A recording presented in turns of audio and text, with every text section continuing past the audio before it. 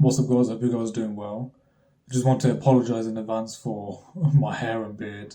I know I look a bit homeless at the minute, but I'm kind of in a phase of just growing my hair out, and I'm going for something new. So we're just gonna roll with it. But in today's video, I just want to talk about how to really formulate a trading plan or strategy based on who you are as a person, right? How to kind of personalize your trading plan.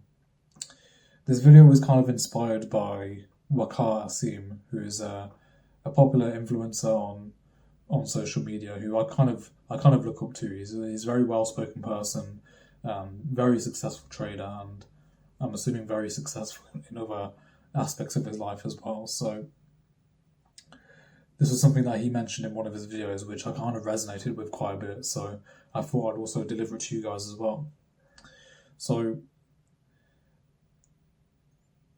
one of the things that a lot of traders talk about in the trading space is how to kind of increase their win rate. Essentially, them saying that the better they'll get as a trader, the higher their win rate will be, and the more likely they are to win trades.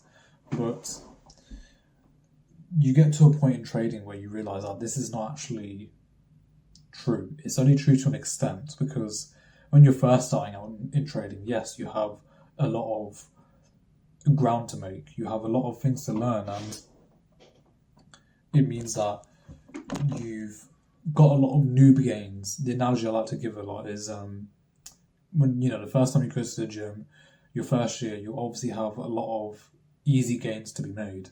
Probably the time where you'll see the most transformation in your body from being overweight or being underweight to gaining shape, gaining muscle, all these things. So that's also true to an extent of a trader as well, because the first early experiences that they have, yes, they'll develop a trading plan, find something that works, and then eventually the early experiences will help them increase their win rate quite a lot. But you begin to realize that this is only true to whatever your trading plan says, right? So you'll get to a point where your win rate doesn't actually go up any more than it can, because the amount of confluences or factors that contribute to what you see as a highly probable high win rate trade might only reap you something like 60%, 70%, if we're being realistic. So win rate is actually kind of comprised of actually a number of factors as well, right?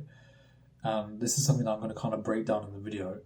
I was initially thinking of making something that was kind of like a mathematical equation and just name it something cringe like Kanish's law or something like that. But I figured because, I didn't do that for two reasons actually. One is because trading is obviously not certain, and me putting it into like a mathematical, scientific sort of expression is kind of counterintuitive because you don't, like, trading's not certain, your results aren't guaranteed, but maths and science is used to predict the future, right?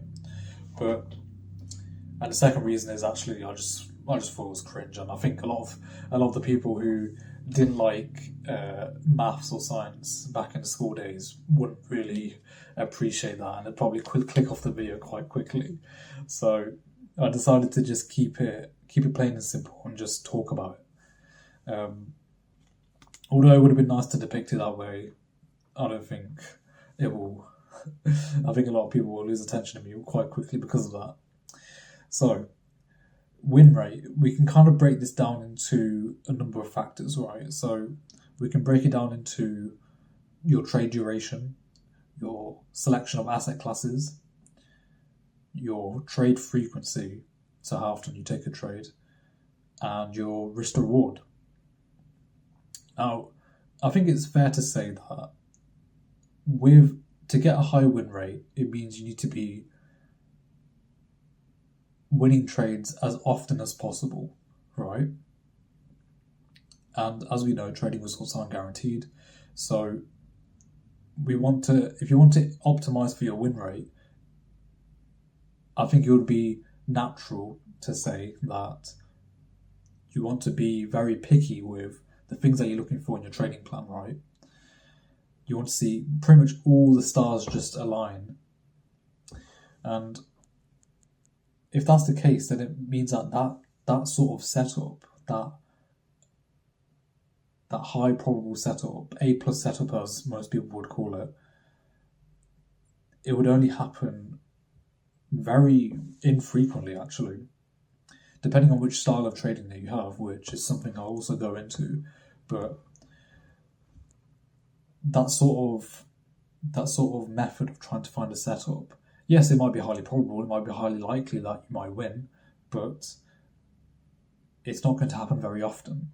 And what that basically means is that you're going to sacrifice in these other factors that you want in your system of trading, right? So if you want to optimize win rate, it probably means that you have to decrease and sacrifice in other areas like trade frequency. I think that if you're going to trade more, it means that the setups that you're likely to see aren't going to be the same as your A plus setups, right? I think that's fair to say. More likely than not, you'll find setups that are not as highly probable as your high A plus setup. You won't see as many confluences or factors in your favour. So therefore it's less likely for you to want to be taking that trade, and you might not want to be applying so much risk to that sort of trade, right? The next one is probably risk to reward, and the same goes with this. It's kind of inversely correlated to win rate, because I think it's fair to say that if you have risk to reward is kind of something that you have to kind of find a very fine balance with, right? Because you don't want to overstretch your risk to reward, your final take profit, and make it somewhere where you're failing to take partials, or you're then unlikely to reach that target, because you're giving yourself more of a chance to allow price to move against you, right? And you're sacrificing your gains because of that, your equity curve.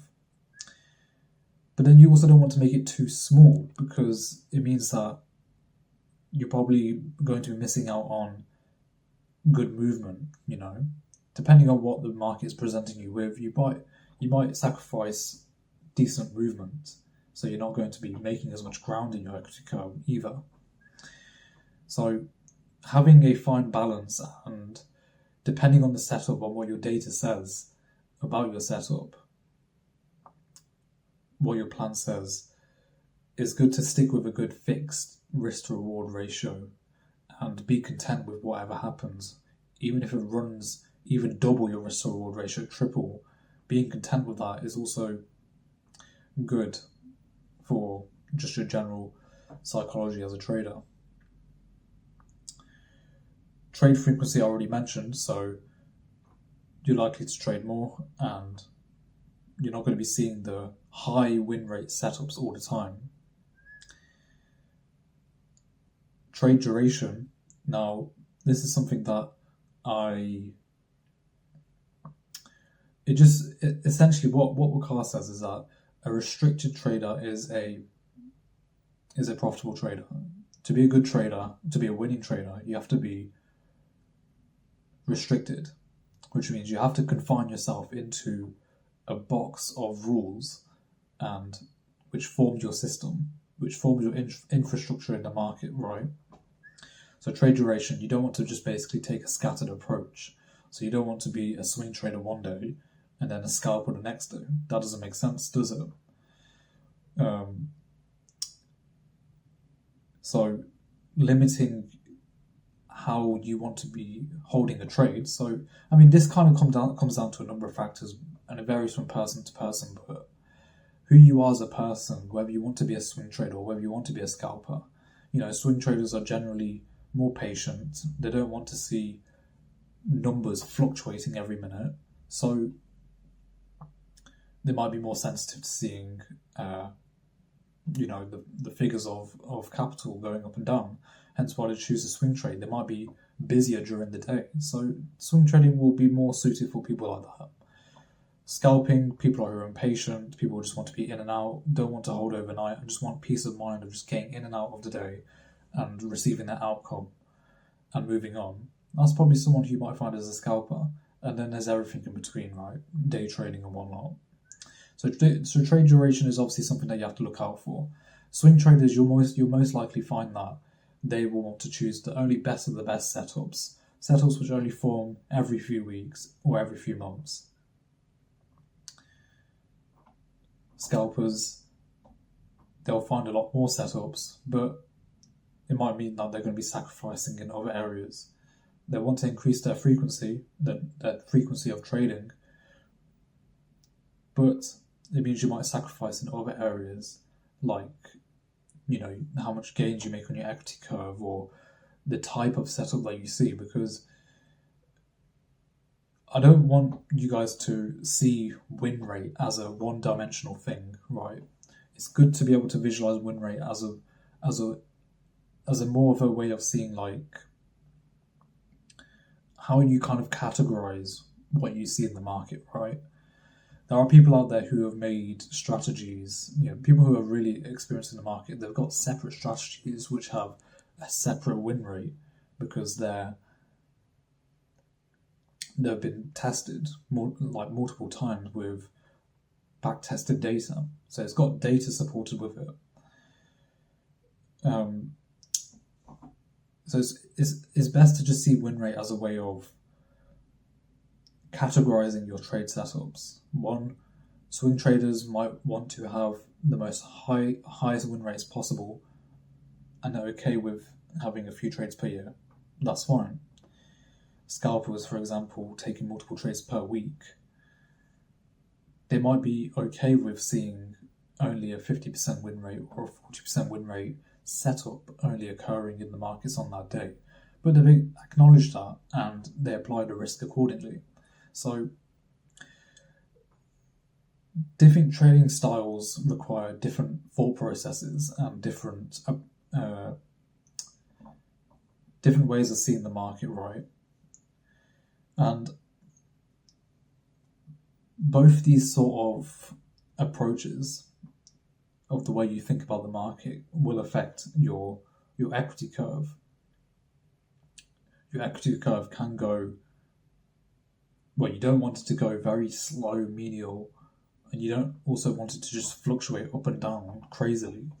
So, applying appropriate risk where needed, and applying appropriate risk on the correct trade, optimizing risk to reward, optimizing which asset class you want to trade with, you'll be finding that you have a steady equity curve in your trading, right? So finding what suits you is a bit of a difficult way to kind of explain what suits you for the market, what trade plan or what sort of style you should go for.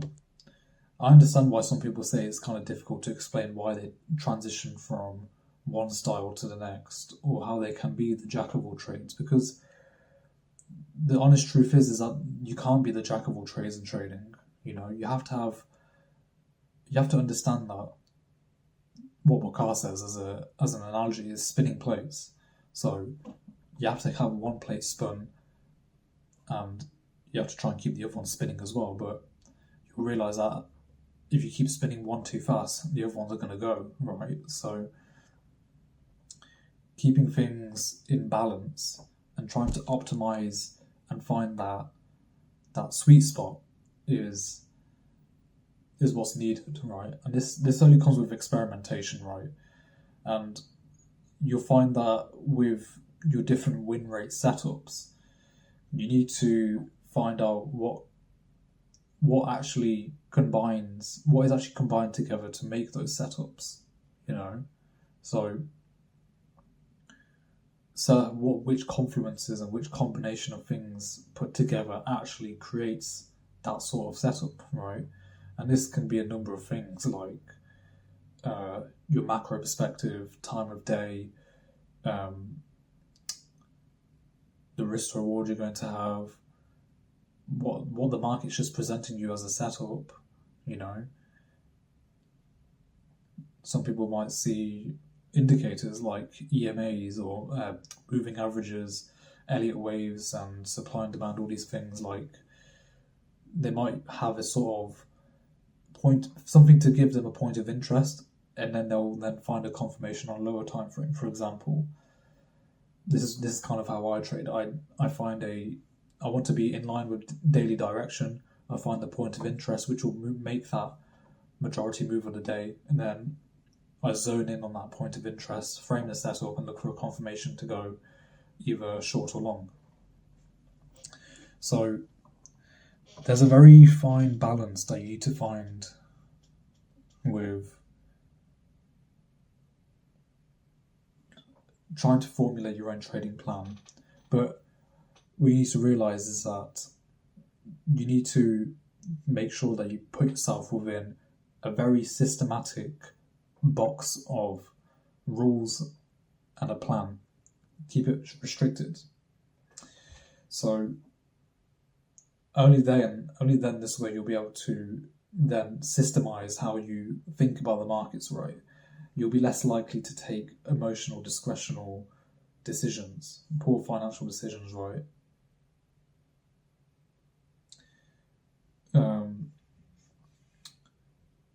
And this is essentially how you also then determine from your outcomes of trading whether it was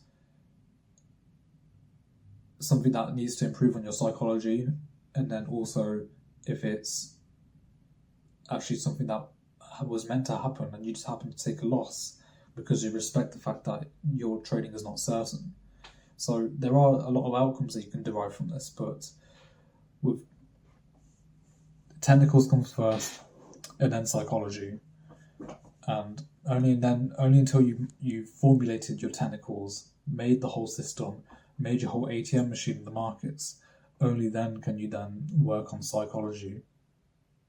And I think that's something that I want to cover on a later video. But just to kind of summarize, at some point you'll have to realize that your performance in trading is actually, it's not just one-dimensional, it's two-dimensional, and it requires other factors to come in for you to figure out what should you adjust, what should you tweak to try and find what it is that you're aiming for as a trader in your style and your personality, you know. So that was everything I just wanted to talk about in this video, and this might have been quite a bit of a long one, but I hope I got the point across. And yeah, so I hope you guys enjoyed the video. Stay happy, stay blessed, and thanks for watching.